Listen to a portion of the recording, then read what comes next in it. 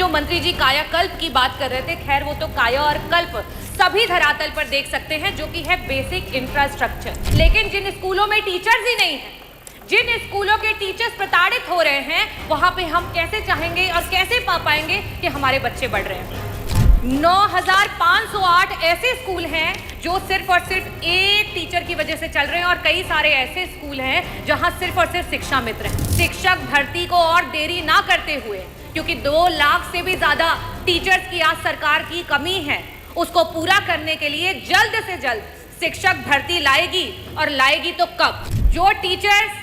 आज आपके बीएलओ बने पड़े हैं, जो टीचर आपके सर्वे कर रहे हैं, जो टीचर गणना कर रहे हैं, जो टीचर आपके मिड डे मील करवा रहे हैं, जो टीचर आपका अगर समूह का विवाह हो रहा है तो उसमें दुल्हन को ब्यूटी पार्लर लेकर के जा रहे हैं, और अलीगढ़ में तो हद मचा दी, एक टीचर को आपने कुत्ता गिनवाने के लिए लगा दिया। ये आपकी सरकार है कि हमारा जो गुरु होता है, गुरु ब्रह्मा, गुरु विष्णु, और आपने गुरु को कहां ला करके पटक दिया। ये आपकी सरकार है। डॉक्टर रागिनी।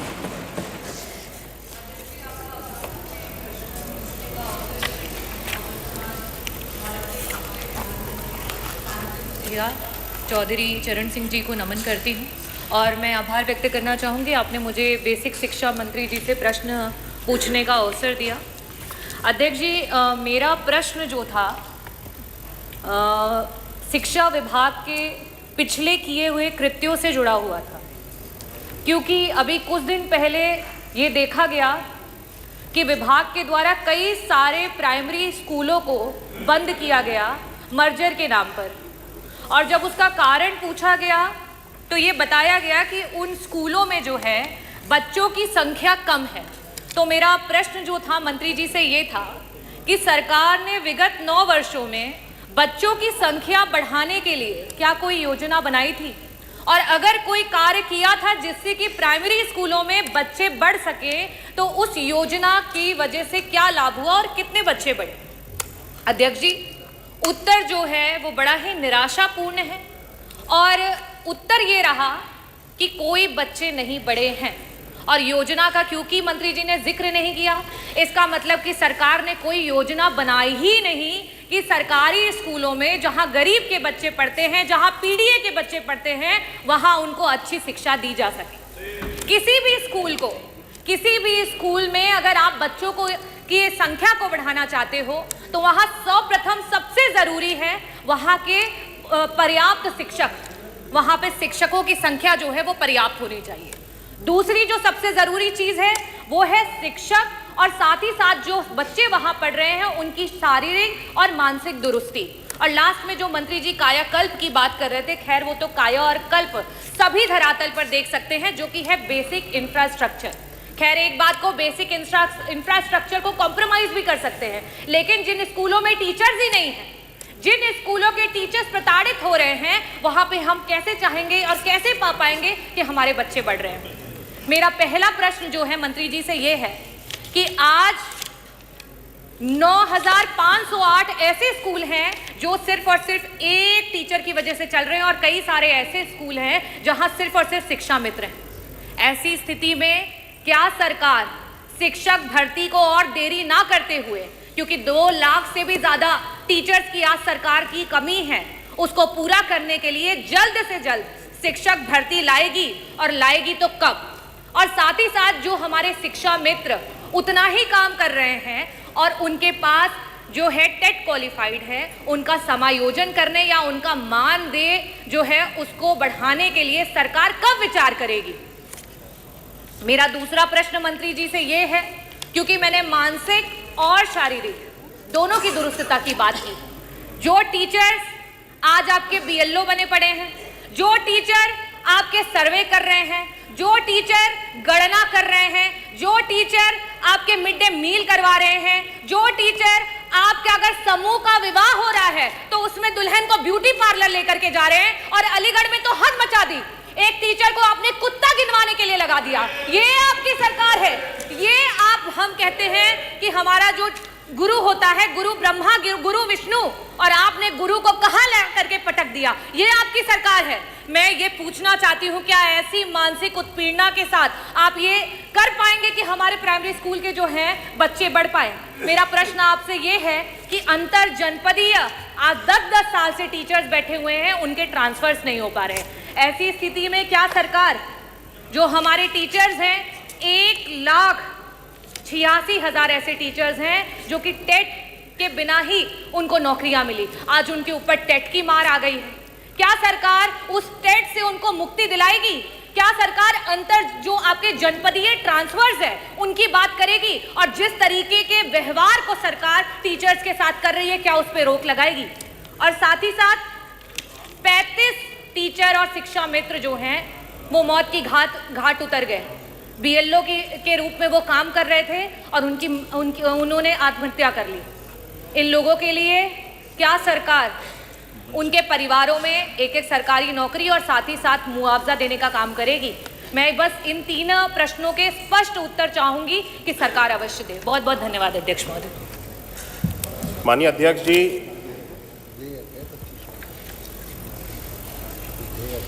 बार बार विपक्ष के द्वारा सदन में भी और आमजन में भी ये पूरा प्रयास किया गया कि बेसिक शिक्षा विभाग के अंतर्गत परिषदीय विद्यालयों को बंद करने का निर्णय लिया गया और सरकार ने बच्चों के भविष्य को जो संवारने के लिए स्कूल बनाए गए थे उनको बंद करके बच्चों को दूसरे स्कूलों में भेजने का काम किया। मैं पहले भी इसको स्पष्ट कर चुका हूं कि सरकार के द्वारा किसी भी बेसिक शिक्षा विभाग के अंतर्गत परिषदीय विद्यालय को बंद करने का निर्णय नहीं लिया गया। हर एक विद्यालय यथावत जिस तरीके से चल रहा था और जो विद्यालय का यूडाइस कोड था वो अभी भी उसी तरह से यथावत है और हर विद्यालय अभी भी कार्यरत है। जो व्यवस्था बनाई गई थी मर्जर की, उस संबंध में मैंने पूरे सदन को अवगत कराया था कि 50 से कम संख्या वाले जो विद्यालय थे जहां पे बच्चों की संख्या 50 से कम थी, 1 किलोमीटर की अवधि प्राइमरी के लिए और अपर प्राइमरी के लिए 3 किलोमीटर की अवधि जो कि निर्धारित है आरटी के अंतर्गत, उसका पालन करते हुए जो विद्यालय 1 किलोमीटर के अंतर्गत था उस विद्यालय में बच्चों को मर्ज किया और उसका परिणाम स्वरूप यह हुआ कि एक विद्यालय में जो छात्रों की संख्या थी वो बढ़ गई और शिक्षकों की भी जो संख्या थी वो जब विद्यालय में अधिक हो जाएगी और छात्र भी अधिक होंगे तो ये स्वाभाविक है कि जो पठन पाठन का कार्य विद्यालय के अंतर्गत होगा वो बेहतर होगा। बच्चे ग्रुप लर्निंग, पीयर लर्निंग के माध्यम से अच्छी शिक्षा को ग्रहण करेंगे। इस चीज़ को हम लोग सोचते हुए ये निर्णय लिया गया था और इसका जो स्वरूप आया है, इसका जो फल मिला है हम लोगों को, वो भी अच्छा हुआ है। और जो विद्यालय बंद किए गए थे, यानी कि जो बंद नहीं किए गए, जो विद्यालय रिक्त हुए थे खाली मर्जर की प्रक्रिया के बाद में, उन विद्यालयों को प्री प्राइमरी यानी कि बाल वाटिका के रूप में हम सब लोगों ने इस वर्ष से एक नई व्यवस्था बना करके चालू किया है। इन विद्यालयों में भी इन बच्चों की पठन पाठन के कार्य हम सब लोग प्रारंभ कर रहे हैं और इसके लिए एक पूरा पाठ्यक्रम अलग से तैयार किया गया है कि इनके भविष्य को हम सब लोग बेहतर किस तरह से बनाएं। तो माननीय सदन में कोई भी विपक्ष के इस सदस्य इस तरीके की कोई गलत जानकारी ना दें कि सरकार के द्वारा विद्यालयों को बंद किया गया है। लाखों की संख्या में शिक्षकों के जो ट्रांसफर का भी प्रश्न उठाया गया, 2017 से लेकर के अभी तक अंतर जनपदी और जनपद के अंदर भी समायोजन दोनों किए गए और लाखों की संख्या में शिक्षकों का तबादला हुआ है, ट्रांसफर हुआ है और ऑनलाइन एक पारदर्शी व्यवस्था का पालन करते हुए हमारे ट्रांसफर की प्रक्रिया पे किसी भी तरह की कोई आलोचना नहीं होती और किसी भी तरह की कोई उंगली नहीं उठती। इससे पहले जब 2017 से पहले ट्रांसफर किए जाते थे और किस तरीके की ट्रांसफर्स की व्यवस्था थी, हम में से किसी भी सदस्य से ये छुपा नहीं है और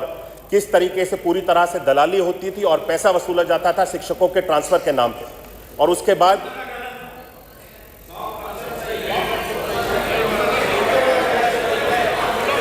बाद भी उस शिक्षक को ये कंफर्म नहीं होता था कि मेरे पैसे चले जाने के बाद में भी मुझे मेरा मनचाहा ट्रांसफर मिल जाएगा या नहीं मिल जाएगा। एक बार पैसे चले गए तो वो पैसे भी उस शिक्षक के बर्बाद हो जाते थे। आज इस व्यवस्था को पूरी तरह से पारदर्शी बनाया गया है एक भी शिक्षक से ट्रांसफर के नाम पे एक भी रुपए की वसूली प्रदेश भर में कहीं पर भी नहीं होती है। एक पारदर्शी व्यवस्था है जिसके अंतर्गत शिक्षक अप्लाई करते हैं और पॉलिसी बनाई जाती है प्रतिवर्ष, और उस पॉलिसी का पालन करते हुए जो शिक्षक उस पॉलिसी के अंतर्गत आते हैं, हर एक शिक्षक को उसके मनचाहे स्थान पर ट्रांसफर दे दिया जाता है। और म्यूचुअल ट्रांसफर की व्यवस्था भी हमने बनाई है जो प्रतिवर्ष हर वर्ष होती है। यानी कोई भी शिक्षक अगर म्यूचुअली एक दूसरे के स्थान पे अंतर जनपद या जनपद के अंदर जाना चाहता है, वो पोर्टल के माध्यम से अप्लाई करके OTP शेयर करके उसकी एक पूरी व्यवस्था बनाई गई है, एक दूसरे के स्थान पे जा सकते हैं। मुझे लगता है कि शिक्षकों के हित के लिए हमने जितने भी निर्णय लिए हैं वो शिक्षकों के भविष्य को और शिक्षक जिस तरीके से अपनी सेवाएं दे रहे हैं हमारे विभाग के अंतर्गत, उनको प्रोत्साहित करने के लिए सरकार ने हर एक उचित कदम उठाया है। जहां तक विपक्ष ने प्रश्न उठाया शिक्षकों के स्वास्थ्य के संबंध में, हम सब अपने शिक्षकों के स्वास्थ्य के लिए भी हम सब लोग बहुत ज़्यादा चिंतित रहते हैं, और इसीलिए जो शिक्षकों की बहुत लंबे समय से मांग चल रही थी कि उनको कैशलेस स्वास्थ्य का बीमा उपलब्ध कराया जाए, माननीय मुख्यमंत्री जी के द्वारा इस शिक्षक दिवस के अवसर पे इसकी घोषणा भी की गई कि उत्तर प्रदेश के अंतर्गत जितने भी हमारे शिक्षक हैं, शिक्षा मित्र हैं, सभी लोगों को कैशलेस चिकित्सा की सुविधा उपलब्ध कराई जाएगी, जिससे कि उनके भविष्य को और आने वाले समय में भी किसी भी तरह की अगर उनको कठिनाई आती है स्वास्थ्य से संबंधित, तो उसके ख्याल रखने के लिए भी सरकार उनके साथ में खड़ी हुई है। उत्तर प्रदेश में शिक्षा के गिरते हुए स्तर का भी माननीय सदस्य ने जिक्र किया। वे शायद ये भूल गए कि गिरता हुआ स्तर उत्तर प्रदेश में शिक्षक का 2017 से पहले हुआ करता था, जहां पे बच्चों की पठन पाठन के लिए किसी भी तरह की कोई निगरानी नहीं होती थी, कोई व्यवस्था नहीं होती थी, और किसी भी तरह की कोई मॉनिटरिंग के लिए कोई पोर्टल या ऐप किसी भी तरह का कोई निर्माण नहीं किया गया था। राष्ट्रीय सर्वेक्षण जो NAS की रिपोर्ट है वो ये अपने आप में बताती है कि अगर हम पूरे देश का औसत देखें और उत्तर प्रदेश का अगर हम औसत देखें तो वो हर एक कक्षा में उत्तर प्रदेश का औसत पूरे राष्ट्र के औसत से बढ़ा हुआ है। चलिए, थैंक यू। अगला प्रश्न दें।